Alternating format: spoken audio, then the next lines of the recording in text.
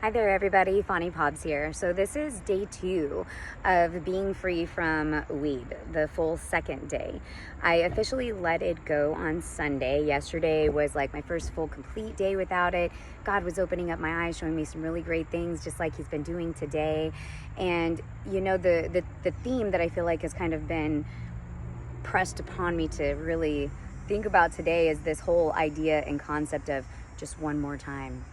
You know, and I was thinking about that, like, just with talking to my husband about it and the situation that is going on right now. Like, quitting was forced upon him, and staying sober is his choice.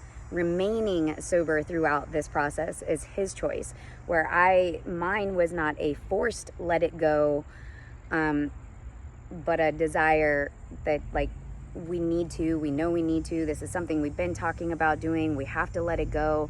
We know that we need to, but it's harder when you have to do it on your own. And like him and I used to get like all these things in our head, like we're going to plan this date, we're going to do it on this date, and then the day would come and go.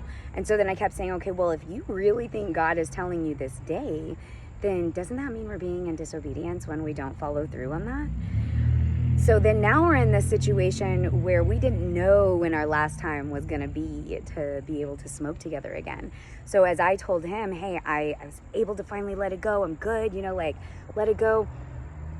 You know, and then he's like, well, I thought we were going to get to have one more time together. And, you know, and I'm like, well, but we did. Like, we've had enough, you know what I mean? Like, it just was this concept of just one more time. How much does it really cost you?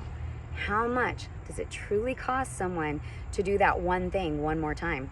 I started thinking about that when I was over more on the West Coast, and like fentanyl is really big over there, and I found out that those little blue pills were only like 25 cents or 50 cents in some places. So I thought about anytime somebody handed someone $1, that $1 could very easily be like the death of that person. Like, if you knew that the money that you were giving somebody was so that they could go buy a gun and ammo to off themselves or someone else, would you give them that money?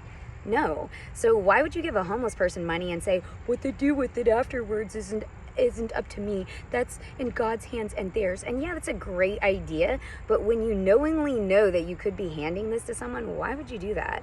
Like, I don't know. It's just my thoughts, just rambling in my thoughts. And anyways, but it was this concept of handing someone their death sentence because of just one more time. Because what if that person said, I got the money, I can do it just one more time. And then the next day the news reads, person passed away from another fentanyl overdose. You know, so then he's sitting here saying one more time, and like this like crazy like rage, like not rage, but like this fierce like fire inside me to like fight for my sobriety, and everything just kind of came up. And I was just like, you know what, it really hit me. It really made me think about what one more time can actually cost a person, because it's not even death. It could go that far, right? But let's think about what else that could cause. What could just one more time of something so perfectly innocent, you know, as weed, because people think that it's just like, it's no big deal. The reason I'm in this spot of like, now I'm 2 days of sobriety from that, and not like, I'm not celebrating over a year right now, because I had 8.5 months in 2024, but I went back to it for that one more time. It was just one more time. I just wanted to smoke one more time.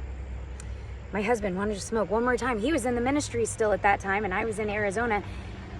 And because of this one more time, it cost us a lot. He left the ministry. Our marriage turned upside down even more than it already was. A whole slew of things went bad. I lost my daughter and my grandkids. I lost people that I love. And now I feel like God gave me just enough grace to make it to where I am. And there's a dream that God gave me. Sorry, I'm trying not to cover up the speaker with my hand. There was a dream that God gave me that he was highlighting and showing me. But in the dream, my husband and I were driving in a car. He was driving, I was in the passenger seat. And in the passenger seat, I'm like kneeling. I'm like not kneeling down, but like my head is down. I'm not looking at the road, but my head is down. And I'm like, I'm loading a bowl for us. And this curve comes up and we're supposed to turn. Well, I look up right as, and it's weird because it's like I see the dream from like the participant as being in it, and then I see the dream from the aerial side as like a watcher. And so it's like I can see it happening, but I'm experiencing it at the same time. So it's really weird. But what happens is, so like as this curve comes, you know how like normally there's those concrete barriers? There's none on there. There's no barriers, okay? And so then instead of turning, we just go flying right off.